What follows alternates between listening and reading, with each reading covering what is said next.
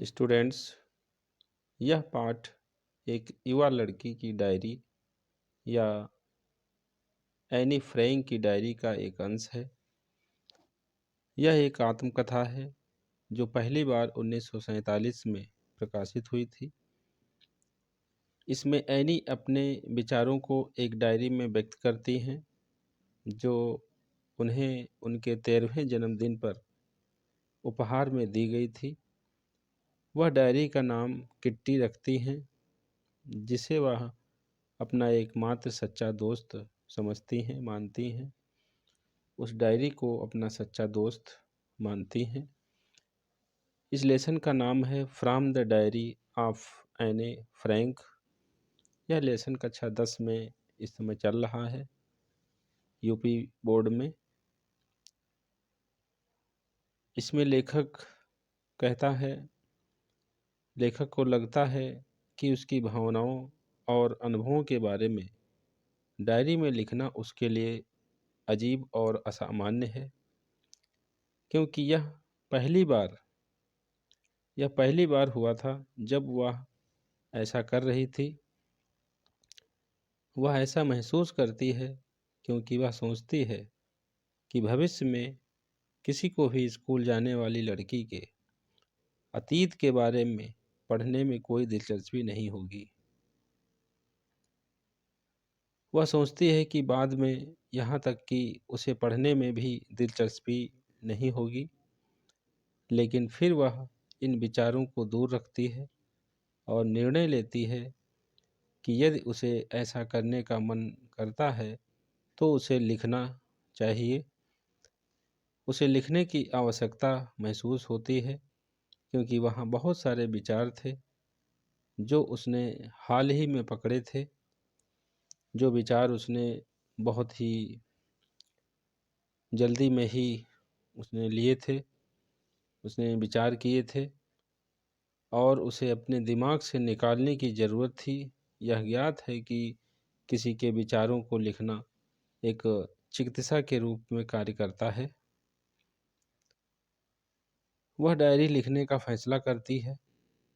लेखक को लगता है कि कागज़ में लोगों की तुलना में विचारों को अवशोषित करने की क्षमता अधिक है। कागज़ में लोगों की तुलना में विचारों को अवशोषित करने की क्षमता अधिक होती है। लोगों के पास धैर्य का स्तर कम होता है, लेकिन कागज़ का एक टुकड़ा एक गैर जीवित चीज़ होने के नाते उसके विचारों को अवशोषित करने से मना नहीं कर पाएगा। चाहे जितने ही विचार उस कागज़ पर लिखे जाएं, कोई भी कागज़ वो मना नहीं कर सकता, क्योंकि वो एक निर्जीव चीज़ है। यह एहसास उसे एक दिन हुआ जब वह सामान्य से अधिक दुखी और भ्रमित महसूस कर रही थी। बहुत एक दिन दुखी थी। वह यह भी तय नहीं कर सकी, सोच नहीं सकी कि उस समय घर से बाहर जाना है या नहीं। जब उसने आखिरकार घर पर रहने का फैसला किया तो वह उदास और गहरी सोच में बैठ गई। फिर से उसने सोचा कि पेपर में अधिक धैर्य था और उसने अपने दिमाग में आने वाली हर चीज़ को लिखने का फैसला किया। उसने बताया है कि पेपर में बहुत अधिक धैर्य था और जो कुछ उसके दिमाग में आया उसने लिखने का फैसला किया, क्योंकि उसका इरादा किसी को पढ़ने में तब तक नहीं था जब तक कि उसे असली दोस्त नहीं मिल जाता। असली दोस्त से उसका मतलब एक ऐसे दोस्त से था जिसके साथ वह अपने सारे राज साझा कर सकती थी, शेयर कर सकती थी। अपने सभी राज, अपनी सारी समस्याएं उसको बता सकती थी।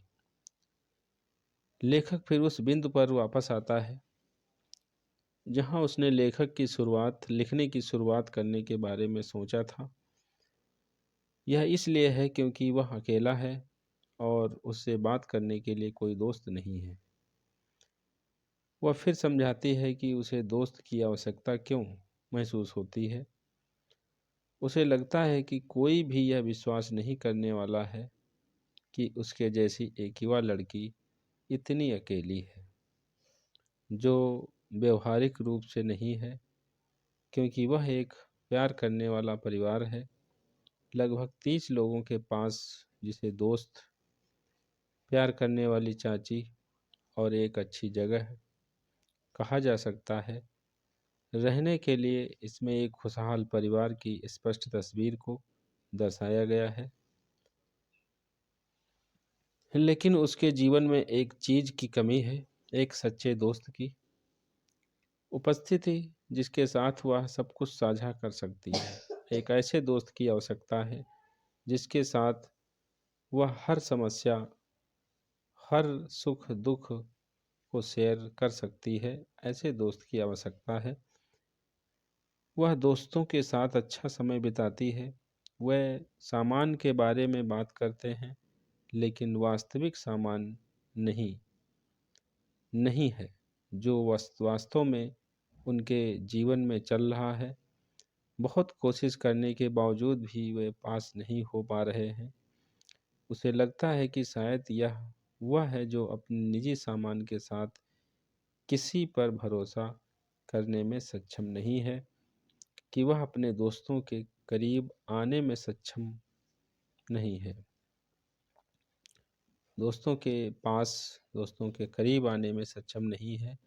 उसे लगता है कि वर्तमान स्थिति को बदला नहीं जा सकता है, और इस तरह उसे अपनी भावनाओं को डायरी में लिखना पड़ेगा। आम तौर पर जब कोई डायरी में लिख रहा होता है तो वह औपचारिक रूप से उनके बारे में सभी तथ्यों को, सभी बातों को सूचीबद्ध करते हैं, जो लेखक नहीं करना चाहता है। ऐसा इसलिए है क्योंकि वह एक दोस्त के लिए अपनी ज़रूरत को एक आकार देना चाहती थी, और इस तरह डायरी को किट्टी किटी नाम देने का फैसला करती है, यह आशा करते हुए कि कोई उसकी डायरी एक दिन पढ़ेगा। वह सोचता है वह सोचती है कि पृष्ठभूमि की कहानी के बारे में विवरण दिए बिना लिखना अप्रभावी होगा, इसलिए ऐसा न करने के बावजूद वह अपने जीवन के बारे में संक्षिप्त विवरण देती है। वह अपने पिता को सबसे प्यारे पिता के रूप में संदर्भित करती है। अपने पिता को वो बताती है, सबसे प्यारे पिता जिसे वह प्राप्त कर सकती थी। उन्होंने 36 वर्ष की आयु में पिता की शादी कर दी। 36 वर्ष की आयु में पिता की शादी कर दी थी, और वह 25 वर्ष के थे। वह और उनकी बहन मार्गोट दोनों फ्रैंकफर्ट में पैदा हुए थे।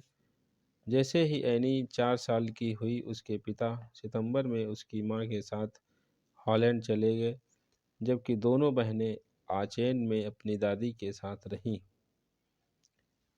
मार्गेट को दिसंबर में हॉलैंड भी भेजा गया था, और उसके बाद फरवरी में एनी को लाया गया, जिसे मार्गरेट के जन्मदिन के रूप में लाया गया था। हॉलैंड में एनी को मोंटेसरी नर्सरी स्कूल भेजा गया। यह उसकी पहली पाठशाला थी।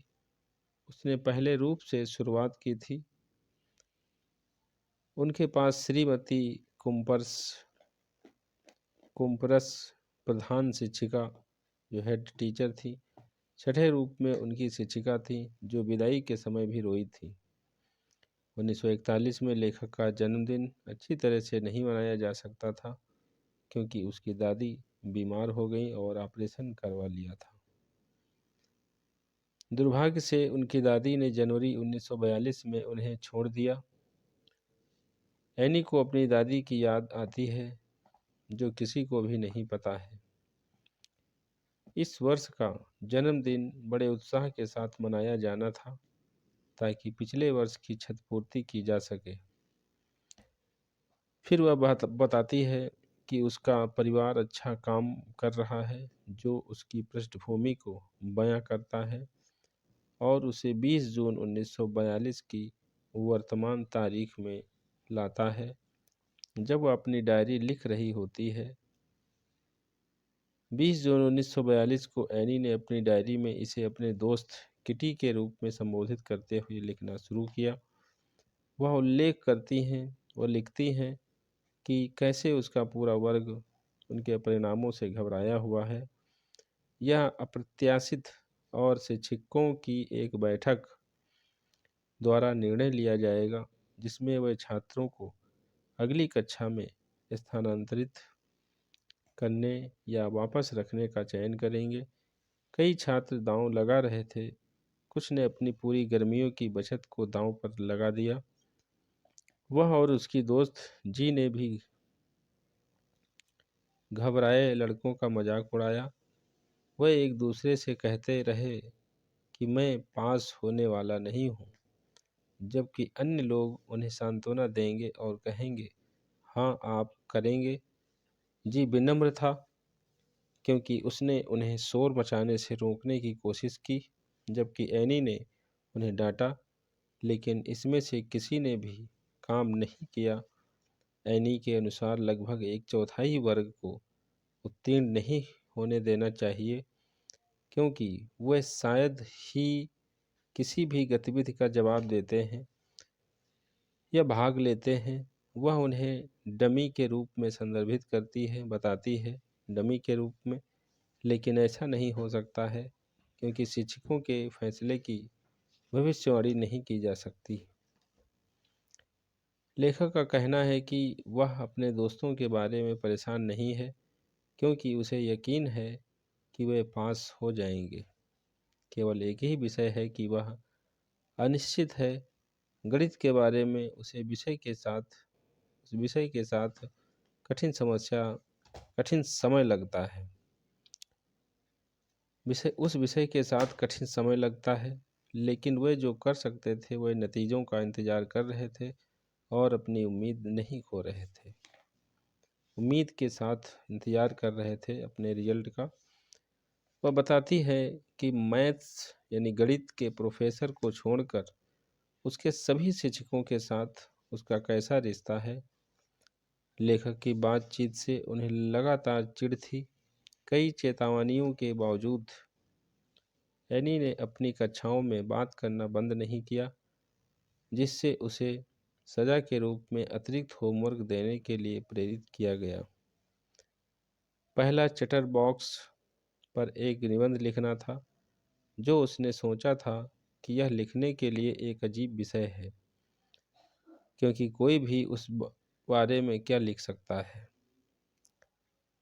एक पल के लिए उसने अपनी नोटबुक में विषय लिखा, उसे अपने बैग में रखा और चुप रहने पर ध्यान दिया।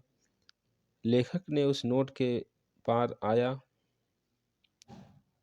जिसे उसने निबंध के लिए अनुस्मारक के रूप में बनाया था क्योंकि उसने अपना बाकी का होमवर्क पूरा कर लिया था।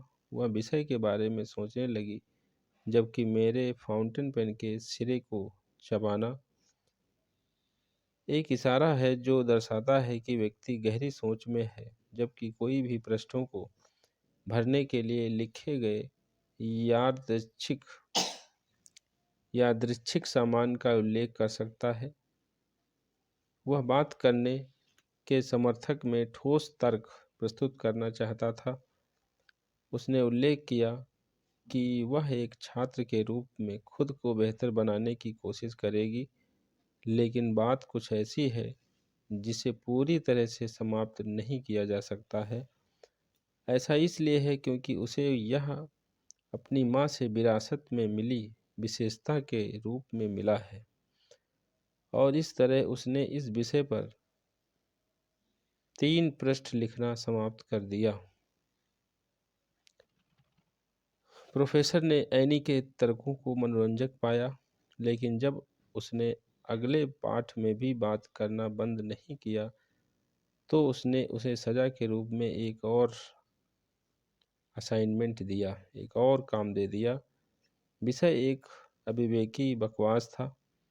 गलत समझ एक बुरी आदत को संदर्भित करता है, बताता है, जिसे बदलना मुश्किल है। उसने उसे यह विषय दिया क्योंकि वह अपने पाठों के दौरान उसकी अजय चैटिंग से नाराज था।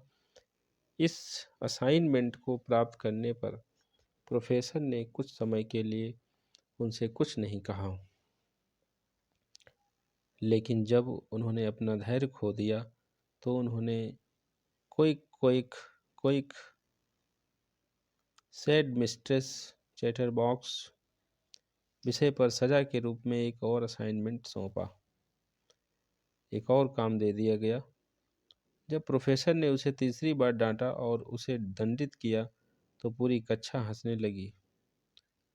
नतीजा ये हुआ, उसे भी खुश होने का नाटक करना पड़ा। इसी तरह के विषयों पर 2 बार लिखने के बाद वह विचारों से बाहर भाग गई। इस प्रकार कविता में अच्छे दोस्त उसके दोस्त ने उसे कविता में लिखने में मदद करने की पेशकश की। यह पूरा असाइनमेंट, पूरा वर्क परिदृश्य एनी को शर्मिंदा करने के लिए था, लेकिन उसने सुनिश्चित किया कि उसने एक प्रभावी उत्तर दिया है। उसने आखिरकार एक कविता के रूप में अपना तीसरा काम लिखा जो बहुत अच्छा निकला। उसने एक व्यंग्य लिखा है कि एक पिता ने अपने शोरगुल वाले स्वभाव के कारण अपने तीन बच्चे